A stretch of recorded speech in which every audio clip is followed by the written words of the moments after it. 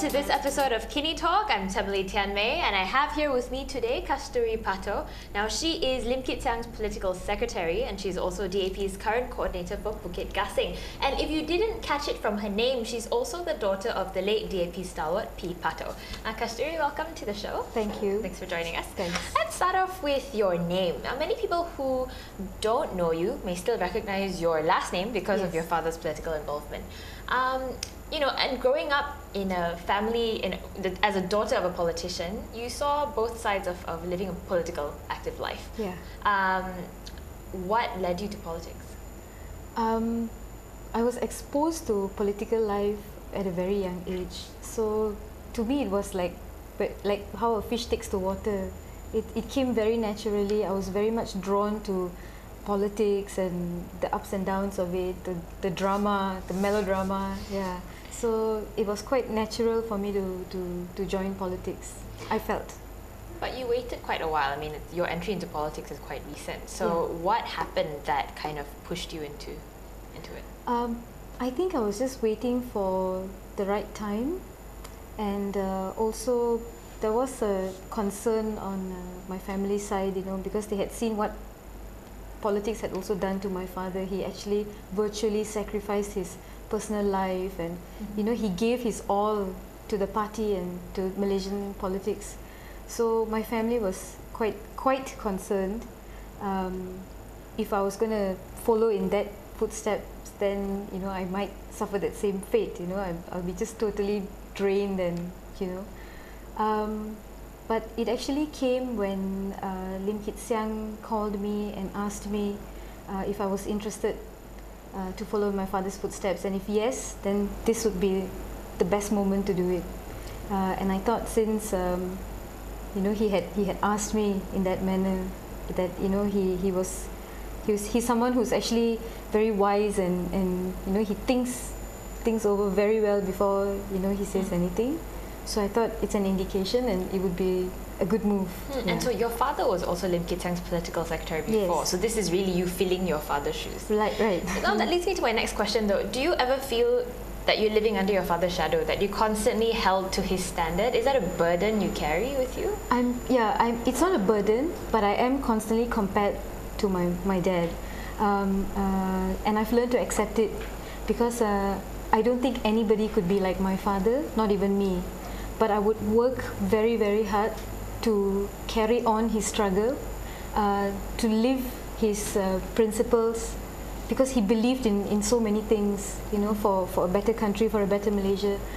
So it's my job now to make that dream come true. So it's to carry on his legacy, but you never feel any kind of pressure, really? I think the pressure is there to, you know, to live up to that expectation.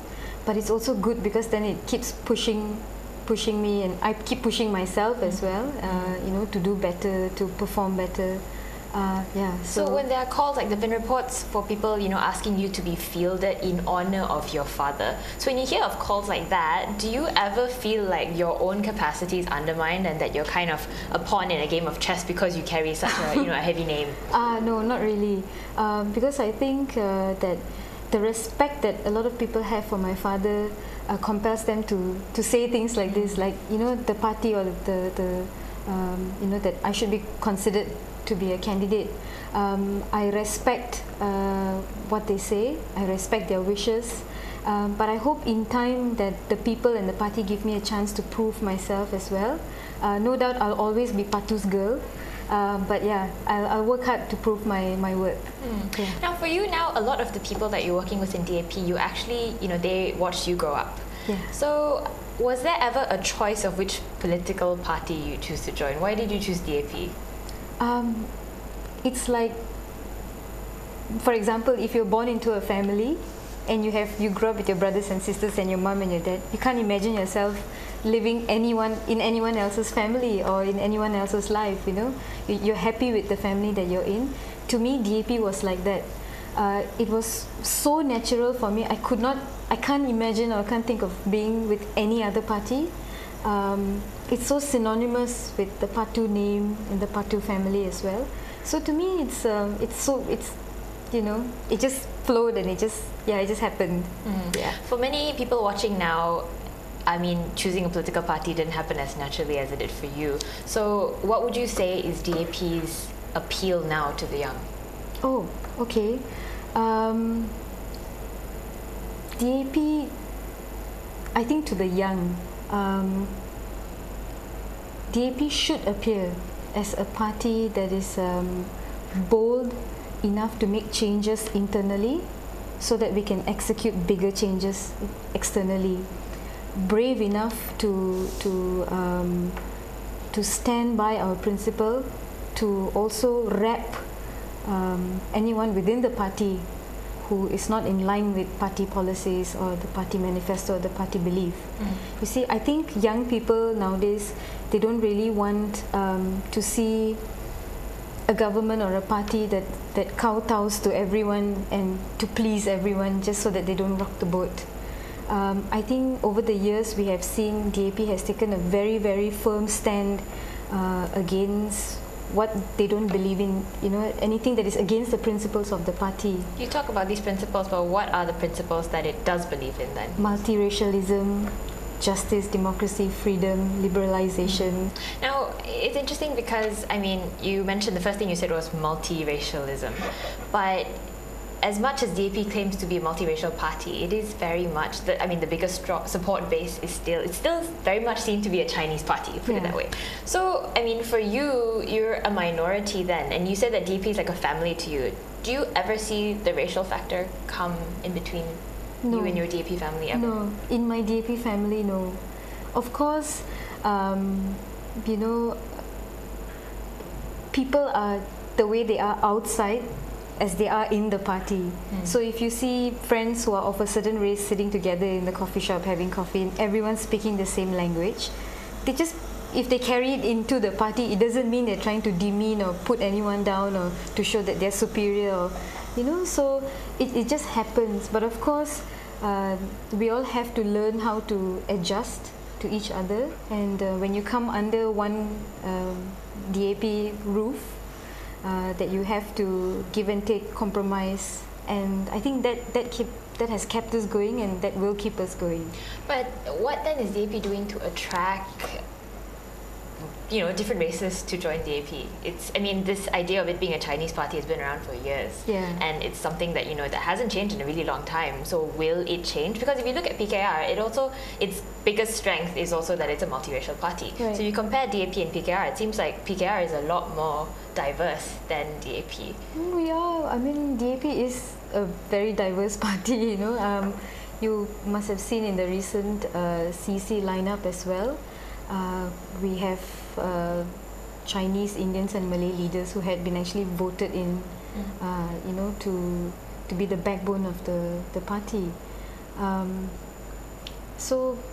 think it's to me it's not something that is so crucial to be looking at, because I think the time also has come for us to judge a person based on his capacity and his ability or her ability to perform, and to keep to her promise, of serving, of what the party stands for. Yeah. So you think we shouldn't even be talking about the racial demographics of the party because it's based on people's achievement? Yeah, essentially we should be heading in that direction, to do away with race-based politics.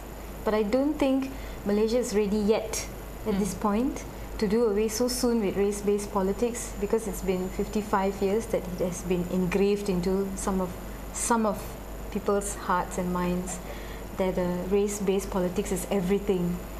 So I think it's up to a party like DAP in the coalition of Pakatan Rakyat to steer the country towards a direction to do away with race-based politics. Yeah. Okay. Now, talking about race-based politics though, as kind of the few Indians in DAP, I would like to talk to you about what DAP is doing for the Indian community. Okay. Because quite recently, I think late March, Lim Kit Siang announced the Gelang Patto Declaration, the 14 points to help the Indian community. Yes. But Hindraf has turned around and called it an election gimmick. What do you think about the timing of it? And was DAP kind of pressured into saying, hey, look, we are doing something for the Indian community, as much as they try to rise above the racial kind of constraint? Okay. to address your question, if DAP, if it's an election gimmick, it's absolutely not an election gimmick. DAP has been fighting for all races ever since we had been established, as a party. Of course, this time you actually see a proper manifesto drafted under Pakatan Rakyat, and it's the first time we've come to be in a coalition so strongly with PAS and PKR, first time ever. So I think when I looked at the manifesto, I found that it had addressed a lot of issues that Indians would have benefited from. However, the only thing was it wasn't mentioned for Indians, for Indians. So personally, I feel that maybe some parties had jumped on that and said, see, there's nothing for the Indians. But then again, it comes back to my point of to do away with race-based politics. But in order to not allow other parties to misconstrue this or to use it to their advantage, I think this 100-day plan or action call was actually, I mean, it was declared by Lim Kit Siang in Johor, just so that we put things into perspective. Sometimes if you have to spell it out, then you have to spell it out. Okay. I think if you have gone through the manifesto, there has been mention of Tamil schools, there's been mention of stateless citizens, Sabahans and Sarawakians. To me, when I read it, I look at stateless Malaysians. I know of Chinese, Malays, Indians who are stateless as well without documents of identification. But it doesn't say Indians, Sabahans and Sarawakians. In that case, then you have to say Malays, Indians, Sikhs, Kadazans, Iban, everyone. But I believe that with the right guardianship in the party, as long as we know where our hearts are and we're steering in the right direction, it won't be just these 14 points. There would be much more that we would be able to do for the Indian community. Yeah. So the golden question, will you be contesting in Bukit Gasing? Oh, I don't know that. You don't know that? No. Okay, so that hasn't been finalized yet? No, then? it hasn't been. Okay, but there's word that 2 other candidates are also looking to contest in that state seat. Can you tell us what's going on? About the other 2 candidates, I'm not in a position to comment on them. But if indeed they have their mind set on contesting in Bukit Gasing, then I wish them all the best. I know we talked about rising above the discourse on race, but the fact is that in the last elections there was 2 Chinese candidates that were contesting, and then DAP swiped the seat from Gerakan with over 8,000 votes, right? Yeah. Now that area is like a 70% Chinese majority. Yep. If you were to stand though, do you think that being an Indian is going to play against you? No. No, you can confidently say that. I say that not because you asked me a question that if I was a candidate, my answer is not based on if I'm a candidate or not. My answer is based on how the people of Bukit Gasing respond to someone who listens to them and who respects them, who does what they want. Who hears their cries and who at least who takes them seriously. I don't think race is a big issue here in Bukit Gasing especially. Of course, there would be some once again irresponsible parties who might play the race card again, as they always do. But I don't think the people will be so gullible to fall for that. It sounds like you know the people there really well from interacting with them. Okay. So I'm going to throw you one last question though. So what do you have to offer, and if you were to stand, why vote for you? Well, first of all, I believe that because I come from a pedigree of a highly respected politician in the country, that I have my own principles that I live by. I believe in what my religion has taught me, to be a righteous person, to be a just person, to be a good person. I believe in my party's struggle, I believe in my party's stand, And I think having said that, you know, I would do my best to live up to all that expectation. I mean, we know what DAP has been fighting for over 4 decades, and